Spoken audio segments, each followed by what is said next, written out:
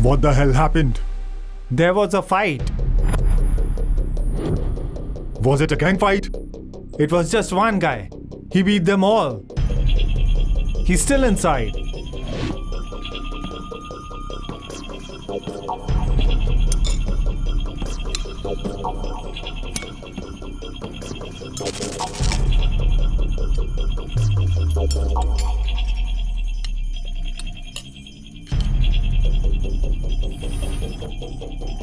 Hands on your head.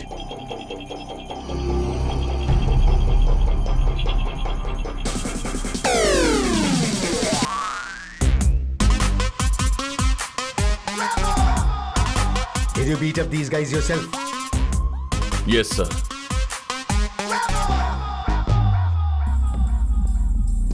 You are under arrest. Wait up, sir. No.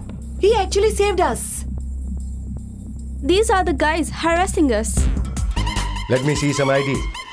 Slowly. I thought all Indians were timid. Yeah, never saw one who could fight before. I guess you haven't met a real Indian before, officer.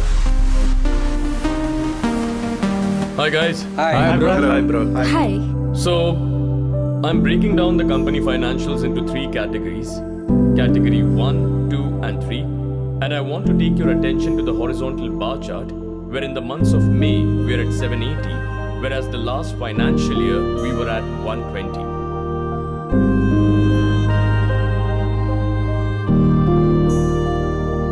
So this year, there has been phenomenal growth. Now, at the end of this third quarter, we made 40% profits. Super भाई, कमाल कर दिया, वाह। Hi, that was good one. Come. Hi. Hi.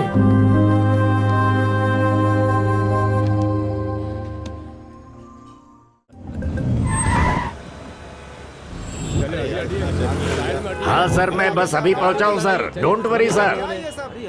Sir और कितना time जाएगा sir? ए, इस गाड़ी को हटा पीछे।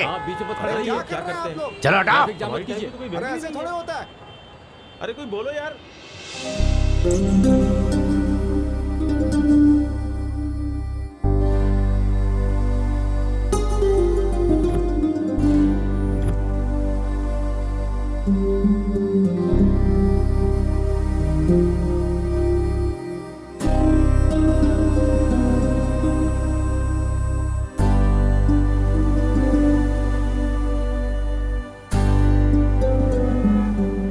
एक्सक्यूज मी, आप देख रहे हैं ना रोड पे कितनी सारी गाड़ियां रुक गई। वो देखिए पीछे एम्बुलेंस भी खड़ी है। ट्रैफिक जाम है ना? ये ट्रैफिक जाम नहीं है, एक्चुअली एक मिनिस्टर आने वाला है। उसके यहाँ आने तक हमें यही ऐसे ही रोड पर खड़े रह के वेट करना होगा। वैलिड पॉइंट है। काम सिर्फ उसे ही है क्या? हमें नहीं होता? आप जरा अपना जैकेट दीजिए, ट्रैफिक क्लियर करना है। जैकेट से कैसे? जल्दी दीजिए, बताती हूँ, फास्ट। ठीक है। Thank you.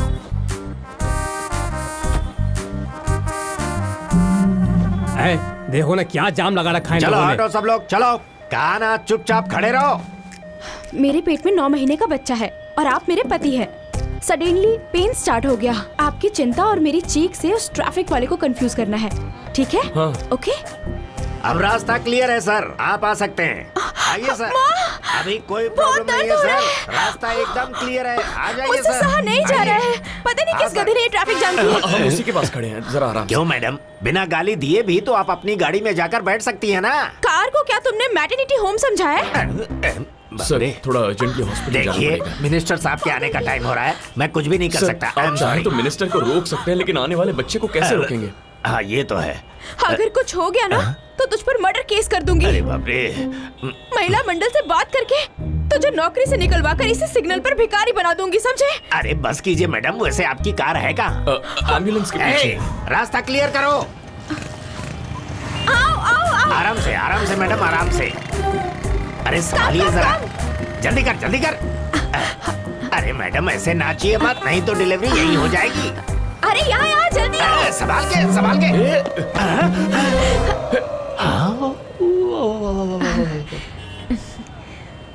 इतनी जबरदस्त acting. Hey, catch catch catch. तुम्हारा नाम क्या है? Bye bye bye.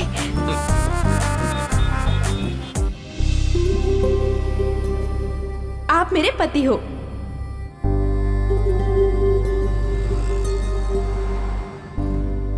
पापा, अभी जो लड़की मिली वही पसंद आ गई। आप रिश्ता कैंसिल कीजिए, हम वापस चलते हैं। जो लड़की देखने जा रहे हैं उसके फादर हाई कोर्ट में लॉयर हैं।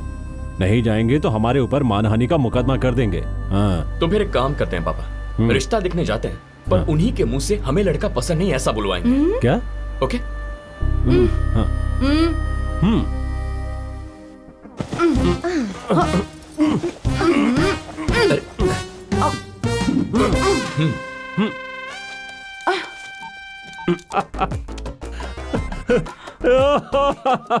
क्या हुआ जी? ये लोग ऐसे क्यों हंस रहे हैं? जाकर कम से कम कॉफी तो दे दो।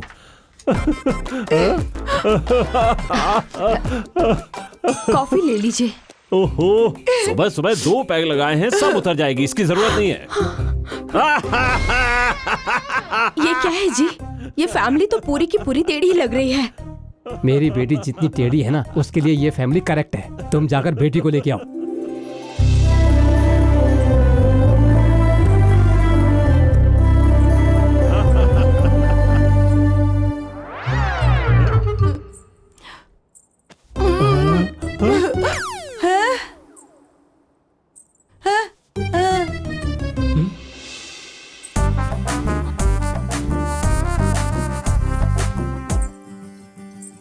क्या माँ, इसी लड़की को देखने आना क्यों नहीं बताया? वो 30 फोटो देखी थी, इसका फेस याद नहीं था। Hi. Hello. Remember jacket? Thank you. वो ट्रैफिक जैम। बेटा, चाहो तो तुम अकेले में बात कर सकते हो। तुमने ट्रैफिक में नाम बताया पर मुझे सुना ही नहीं दिया था। I am Bhavna. Nice name. I am Gautam. मैं आपको पसंद आ गई? बहुत पसंद आई हो। मुझे इतनी जल्दी शादी नहीं करनी है। मेरे घर वालों के प्रेशर से परेशान होके।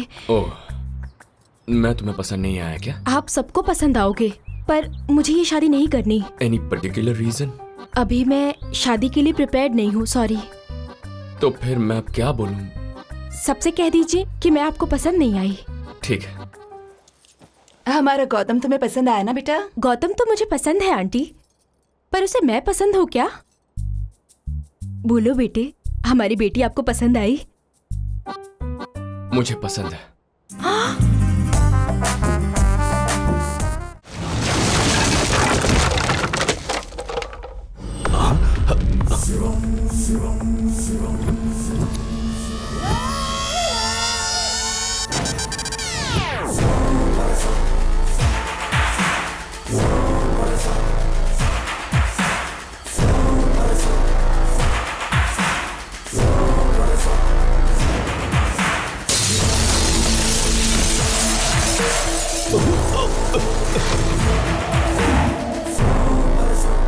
इसने मेरी बहन से पंगा लिया, इसीलिए मैंने इससे पंगा लिया। गाय को भी बेचना पाप है, ऐसी सोच रखने वाले हमारे भारत में तेरा लड़कियों को बेचना माफ नहीं कर सकता। बहुत ज्यादा बोल रहा है तू। ये गलत है, ये सही है, ये सोचने और बोलने के लिए मैं कोई मामूली आदमी नहीं हूँ। मिनिस्टर हूँ। मैं जो करता हूँ वही सही है। मुझ जैसे मामूली आदमी से पहले मिला नहीं ना, वरना सही रास्ते पर चलता। पर अब मुलाकात हो गई ना, तुझे सही ट्रैक पर लाऊंगा। मुझे ट्रैक पर लाने वाला तू कौन है? ये निशान दिखाई दे रहा है ना, वोटर। तू बस एक मामूली वोटर है। मामूली वोटर? गलत। कोई वोटर तेरी दहलीज पर आकर खड़ा नहीं होता। तुझ जैसे नेता ही हमारे घर के सामने आते हैं वोट मांगने, हाथ जोड़ के वोट मांगते हो। उन 5-6 लोगों में से कौन ठीक से काम करेगा, ये हम चुनते हैं और बनाते हैं एमएलसी, एमएलए, एमपी। हम जैसी पब्लिक को सर्विस देने के लिए हमारा दिया हुआ ऑफर लेटर ही हमारा वोट है। तेरा खाना, तेरे पहने हुए कपड़े, ये सायरन वाली कार, ये सब मुझ जैसे पब्लिक के टैक्स का पैसा है। हम जैसी पब्लिक का सर्वेंट है तू। मैं कोई मामूली वोटर नहीं ना। Owner, owner, owner. क्या बकवास कर रहा है? तू सिर्फ एक वोटर है। वोटर ने एक उंगली का इस्तेमाल किया तो तेरे पास कितनी पावर आ गई। अगर वो 5 उंगलियां इकट्ठा कर ले तो कितनी पावर होगी, सह नहीं पाएगा।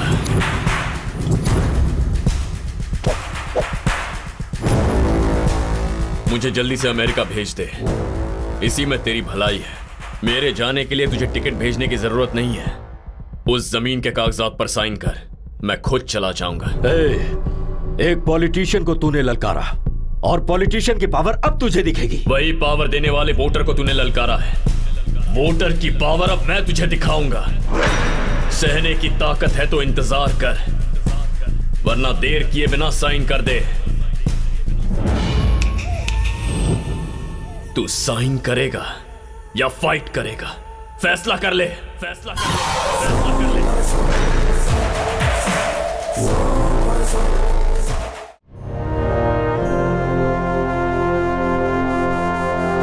नमस्ते।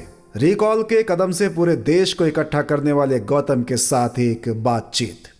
श्री विद्या निकेतन के विद्यार्थी भी इस चर्चा में हमारे साथ शामिल होंगे। Welcome to my show Gautam. Thank you sir, it's my honour. Bharat देश में करोड़ों लोगों के मन में रिकॉल का ऑप्शन नहीं आया, आपके मन में कैसे आया, जान सकता हूं? अगर आप बुरा नहीं मानेंगे तो मैं आपसे कुछ सवाल पूछने की सोच रहा हूं। जरूर पूछिए। आप बस जवाब में सिर्फ हाँ या ना कहिएगा। ओके। देश के नेताओं की वजह से सभी मुश्किलें सुलझ गई हैं, ऐसा आपको लगता है? नो। हमारे नेताओं ने जो वादे किए थे, क्या वो उन्होंने पूरे कर दिए? नो। जब से आजादी मिली है तब से अमीरों और गरीबों के बीच का गैप कम हुआ है, ऐसा आपको लगता है? नो। मैं भी ऐसे ही नो नो नो कहकर थक गया था और इसीलिए मुझे रिकॉल का ख्याल आया। रिकॉल की वजह से नेताओं में बदलाव आएगा, आपको लगता है? वोटर वोट के साथ बैलेट बॉक्स में विश्वास डालता है कि इस वोट से उसका भविष्य सुधर जाएगा। हमारे यहां वोट से नेताओं का तो भला हो रहा है, लेकिन वोट डालने वाले का नहीं। क्यों यहां किसी नेता को वोटर का डर नहीं है? अगर हम उनमें वो डर पैदा करें तो वो अपना फर्ज निभाएंगे, सही राह पर चलेंगे। तो हमारे भारत देश का जो संविधान है, क्या आप उसे बदलना चाहते हैं? संविधान देश की जनता के लिए लिखा गया है। हमारे सामने समस्या है तो उसका उपाय भी हमें ही ढूंढना होगा, और मुझे लगता है कि इस समस्या का हल है नेता का अधिकार जनता के हाथों में आना। ये सब आप ही करने की क्यों सोच रहे हैं? मैं ऐसा क्यों करूं? अगर गांधी जी ने सोचा होता तो क्या हमें आजादी मिलती? किसी ना किसी को तो ये सोचना ही होगा ना, तभी बदलाव आएगा। अगर इसी तरह से हर एक व्यक्ति रिकॉल को मानेगा तो सरकार का करोड़ों रुपए का खर्च होगा उसका। रिकॉल अगर एक जगह भी होता है तो इंडिया को रिकॉल की ताकत का अंदाजा होगा। हर नेता गलती करने से पहले दोबारा सोचेगा, ईमानदारी से काम करेगा, तब जनता को रिकॉल मांगने की जरूरत नहीं पड़ेगी। हर बार इलेक्शन नहीं होगा। आप मंत्री भानु शंकर पर रिकॉल इलेक्शन मांग रहे हैं, लेकिन सच्चाई तो यह है कि आपको 30% लोगों का समर्थन चाहिए होगा अगर आप इलेक्शन कमीशन से किसी के लिए रिकॉल मांगते हैं तो। हैं क्या इतने लोग? मेरे पास 1 लाख के ऊपर वोटर्स हैं। कहीं ऐसा तो नहीं कि सोशल साइट्स पे जो रिएक्शंस हैं उनको देख करके आप ऐसा कह रहे हैं? बिल्कुल नहीं। आने वाले रविवार को 10 बजे उसी बंजारा हिल्स के ओपन लैंड में 1 लाख के ऊपर लोग रिकॉल पिटीशन सपोर्ट करने आएंगे, ऐसा मुझे भरोसा है। ओके, थैंक यू गौतम, आप हमारे शो में आए और हमसे बात की। अब आने वाले रविवार को हम विथ योर परमिशन स्टूडेंट से एक सवाल करना चाहता हूं। क्यों नहीं? Thank you. Is India a great country? तो उसमें प्रॉब्लम क्या है? इस देश में बात करने के लिए और लिखने के लिए तो पूरी आजादी मिलती ही है। क्रिकेट में टेस्ट मैच, वनडे मैच, 2020 सब में इंडिया ही टॉप पे है। Unity in diversity. जात मजहब समुदाय भले ही अलग हो, फिर भी हम सब एक ही हैं। आप हंस क्यों रहे हो गौतम? उनकी बातों में आखिर गलत क्या है? क्या भारत देश एक महान देश नहीं है? Is India not a great country? है ना सर, इन्होंने कहा ना, क्रिकेट में ऑल फॉर्मेट्स में इंडिया नंबर 1 है। यूनिटी एंड डाइवर्सिटी, फ्रीडम भी है। बताइए गौतम, आप हंस क्यों रहे हैं?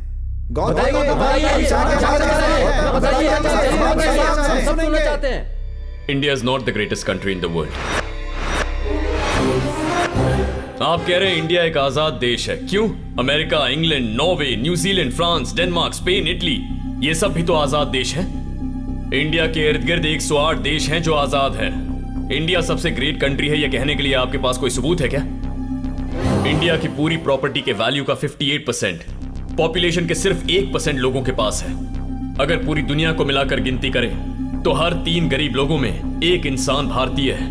देश के बिलियनर्स की अगर गिनती करें तो इंडिया तीसरे स्थान पर है, लेकिन इंडिया के 30% लोग गरीबी की रेखा के नीचे जीते हैं। Let me give you a few statistics. There are 196 countries in the world. In the World Economics Freedom Index, India is at 112. In Media Freedom Index, we are at 133. Disaster Risk Index, India is at 77. Corruption Perception Index, 79. Human Development Index, 131. Then how are we the greatest country?